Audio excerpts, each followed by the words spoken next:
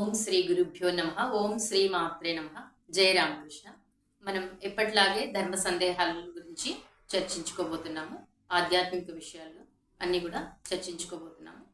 ఈరోజు మన టాపిక్ ఏంటిది అంటే, మనం అనుకుంటాము మనం ఎప్పుడైతే ఏదో ఒక రంగంలో కృషి చేస్తూ ఉంటామో ప్రపంచమంతా ఆ రంగం గురించి ఆలోచిస్తూ ఉంటుందేమో అని అనిపిస్తూ ఉంటుంది. మనకు ఒక బిజినెస్ చేస్తున్నాం అనుకోండి, అందరూ కూడా ఆ బిజినెస్ కి సంబంధించి మనకు సపోర్ట్ చేయాలి, అదే ఆలోచించాలి అన్నట్టుగా మనకు అలా అనిపిస్తూ ఉంటుంది. సో మనము ఆధ్యాత్మిక జీవితం గడుపుతున్నప్పుడు మనకు చుట్టూ ప్రపంచాన్ని చూసినప్పుడు ఏమనిపిస్తుంది అంటే, వీళ్ళందరూ ఎందుకు ఈ మార్గంలోకి రాలేకపోతున్నారు, మనం ఏదో చేసి అందరినీ ఈ మార్గంలోకి తెచ్చేద్దాము అన్నంత మనకు ఆ అనుభవం అనేది కలుగుతూ ఉంటుంది. అయితే మనకు చెప్పేది గురువులు కానీ ఎవరైనా భగవంతుడు చెప్పేది ఏంటిది అంటే, జనబాహుళ్యంలో అజ్ఞానమే చాలా ఎక్కువగా ఉంటుంది. కాబట్టి ఎవరో వేల మందిలో ఎవరో కొందరు మాత్రమే నన్ను తెలుసుకోగలుగుతున్నారు. ఆ అప్రోచ్ అయ్యే వాళ్ళలో కూడా ఎవరో ఒకరిద్దరు మాత్రమే, నోటికో కోటికో ఒకరు మాత్రమే నన్ను చేరుకుంటున్నారు అని భగవద్గీతలో మనకు భగవాన్ చెప్పే ఉన్నారు.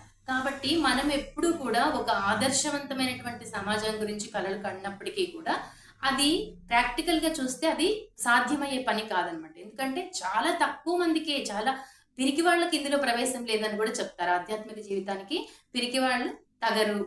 ఎంతో ఆధ్యాత్మిక సాధన అనేది ఒక కత్తి మీద సాము లాంటిది. కాబట్టి ఎంతో జాగ్రత్తగా, ఎంతో ధైర్యవంతులు మాత్రమే అందులోకి దూకగలుగుతారు. ఎందుకంటే మానవుడు ఎప్పుడు కూడా తను లెక్కలు వేసే స్వభావాన్ని కలిగి ఉంటాడు.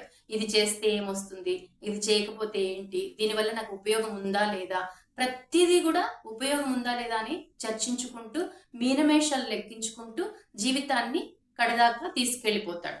ఆ పరంపర మనం జీవితం చాలించే రోజు చాలా మంది మళ్ళా మళ్ళా ఆలోచిస్తూ ఉంటారు, ఎందుకు నేను ఫలవంతమైనటువంటి జీవితాన్ని గడపలేకపోయాను అని. అప్పుడు మీనమేషాలు లెక్కించుకుంటూ వృధా అయిపోయిందే నా జీవితము అని అనిపిస్తూ ఉంటుంది. అది కూడా కొందరికి అనిపించకపోవచ్చు. కాబట్టి మనం ఎప్పుడు కూడా ఏది గుర్తుపెట్టుకోవాలి, స్వామి వివేకానంద వారు చెప్పినట్టుగా ఈ ప్రపంచం అనేది ఒక వ్యాయామశాల లాంటిది. ఇందులోకి మనం జన్మ తీసుకుని ఒక మనిషిగా వచ్చాము అంటే మనం ఏదో నేర్చుకోబోతున్నాము. ఇక్కడ మనకు వచ్చే జీవితంలో మనకు అప్రోచ్ అయ్యే వ్యక్తులైతేనేమి, మనకు వచ్చే సమస్యలు అయితేనేమి, అవన్నీ కూడా మన జీవిత లక్ష్యం వైపు మనల్ని తీసుకెళ్లడానికే వస్తున్నాయి అని మనం అర్థం చేసుకోవాలంట. కాబట్టి స్వామి వివేకానంద వారు ఏమంటారంటే, ఈ ప్రపంచం అనేది చాలా వ్యాయామశాల లాంటిది. ఇది నువ్వు ప్రపంచాన్ని ఉద్ధరించే క్రమంలో దాన్ని ఉద్ధరించకపోగా నిన్ను నువ్వు ఉద్ధరించుకుంటావు, అదే నీకు కలిగేటువంటి బెనిఫిట్ అన్నట్టుగా చెప్తారంట. కాబట్టి మనం ఎప్పుడు కూడా అందరినీ మార్చేద్దాము, ఈ జీవితంలోకి అందరు వచ్చేస్తారు అని అనుకోనక్కర్లేదు. అలా అని ఎక్కువ మంది వెళ్తున్న మార్గమే సరైనది అని కూడా అనుకోవడానికి లేదు. ఎక్కువ మంది ప్రాపంచికతలో కొట్టుమిట్టాడుతున్నారు కాబట్టి అదే మంచి జీవితము, అదే మనం కూడా ఫాలో అయిపోదామని అనుకోకూడదు అనమాట. ఎంత తక్కువ మంది ప్రయత్నం చేసినప్పటికీ వాళ్ళలో నేను ఒకరిని అని అనుకుని మనం జాగ్రత్తగా మనము ఆధ్యాత్మిక జీవితంలో ముందడుగు వేయొచ్చు. అలా మనకు తీవ్రమైనటువంటి వ్యాకులత ఎప్పుడైతే కలుగుతుందో అప్పుడు మన జీవితంలో భగవంతుని దయ వల్ల అన్ని గురువులు లభించడం అయితేనేమి, ఇలా అన్ని విషయాలు మనకు దానికి తగ్గట్టుగా యూనివర్స్ అనేది మన ముందుకి తెచ్చిపెడుతూ ఉంటుంది అనమాట. కాబట్టి ఎప్పుడు కూడా మనము జనబాహుళ్యం అందరూ కూడా ఆధ్యాత్మిక జీవితంలోకి వచ్చేస్తారని అనుకోకూడదు. ప్రపంచం మొత్తాన్ని మనమే ఉద్ధరించేస్తాం అనుకోకూడదు. అట్ ద సేమ్ టైం మనం స్వాధ్యాయము, ప్రవచనం రెండూ కూడా నిత్య కర్మల్లో చెప్పబడి ఉన్నాయన్నమాట మనకి వేదాల్లో. అంటే ప్రతి ఒక్క మనిషి నిత్యము ఏదో ఒక హోలీ బుక్స్ ఉన్నాయి కదా మనకు, భగవద్గీత కానీ, రామాయణం కానీ, భాగవతం, ఏదో ఒకటి మనం అధ్యయనం చేస్తూ ఒక విద్యార్థిలాగా అన్ని విషయాలు తెలుసుకుంటూ ఉండాలి. మనం అప్పుడే అనుకున్నాం కదా, మన జీవితానికి మాన్యువల్ ఏంటిది అంటే ఈ పురాణాలు, ఇతిహాసాలు అనమాట.